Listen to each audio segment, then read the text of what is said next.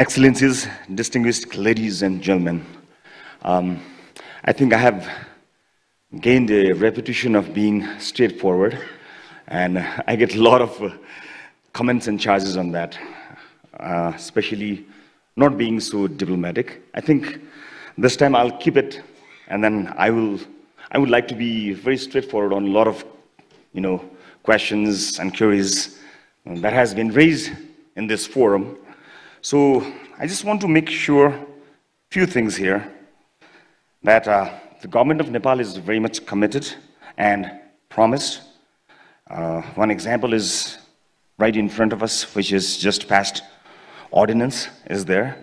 So we understand the problems that you've been facing, and I'm well aware of the experiences that all the investors having, not only the experience and impression as well.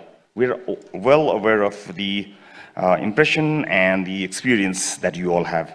So I think this time we are very much committed on many things. Especially, we know about the complex of especially the land acquisition, especially buying, leasing lands and all. So not only that, the issues of security, we are well aware of that, and then we will make sure that we are well aware of the situation. And then again, I would like to, show my commitment that we will be taking care of the things in a historic way. This is our commitment from the Ministry of Home Affairs. And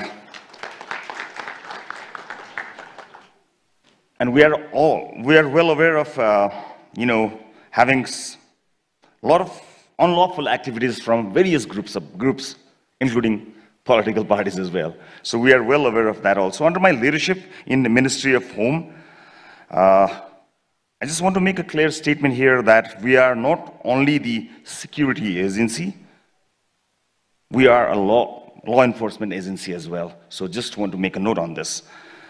As we conclude this two-day Nepal Investment Summit, I am highly encouraged by the insights and enthusiasm that marked every session. We have seen a convergence of informed mind and innovative ideas that promise to shape the investment landscape here in Nepal. From comprehensive keynotes to vibrant panel discussions, we have explored trends, exchanged experiences, and forged connections, or constructed the connections. Let's carry this spirit of collaboration forward, leveraging our collective experience, expertise, and resources to drive growth, create jobs, and innovate for the larger social goods. Regarding this session, leveraging the PPP for infrastructures and services, let me make three major points to complement this rich discussion which I've heard so far. First, conceptually, capital formation through infrastructure is an important source of economic growth and essential for development takeoff for countries like ours with low levels of development. Roads, electricity, and the telecom are not just key inputs to production, but they also have large social externalities. Secondly, the financial deficit is huge in infrastructure.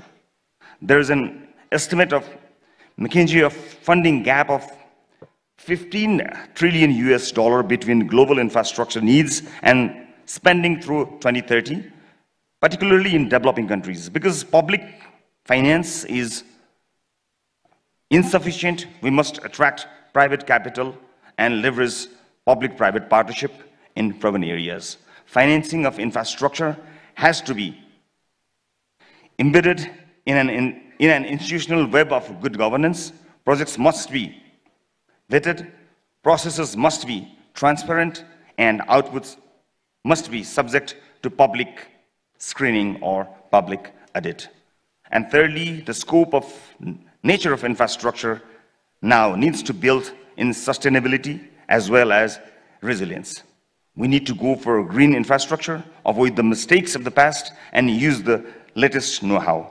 We can save a lot by just scaling best practices, selecting projects, optimizing portfolio, and streamlining delivery.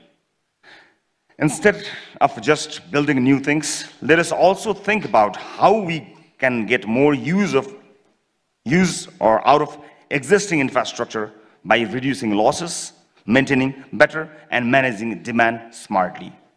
On behalf of the government of Nepal, let me thank all speakers, partners, volunteers, and participants, especially our foreign delegates who travel far and wide to be with us this week. I'm hopeful that many of you will consider investing in Nepal. May the connections made here take us closer towards a safer and more secure future of shared prosperity. Thank you very much.